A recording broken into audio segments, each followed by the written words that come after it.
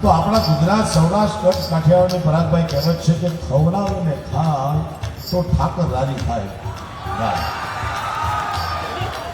બધાને ખવડાવીને ખાય તો ઠાકર રાજી થાય. તો આવડા બધાને ગવડાવીને ગાય તો ભમત ઠાકર કેવું રાજી થાય.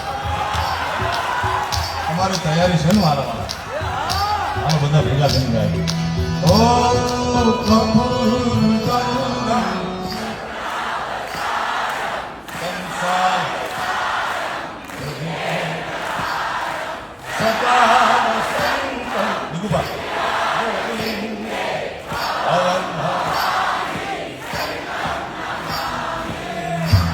બાપુ થઈ ગયું હજુ 10% બાકી રહી ગયા.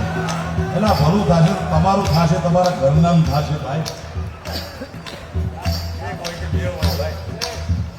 એક વાર એવું હજી મારો બાપ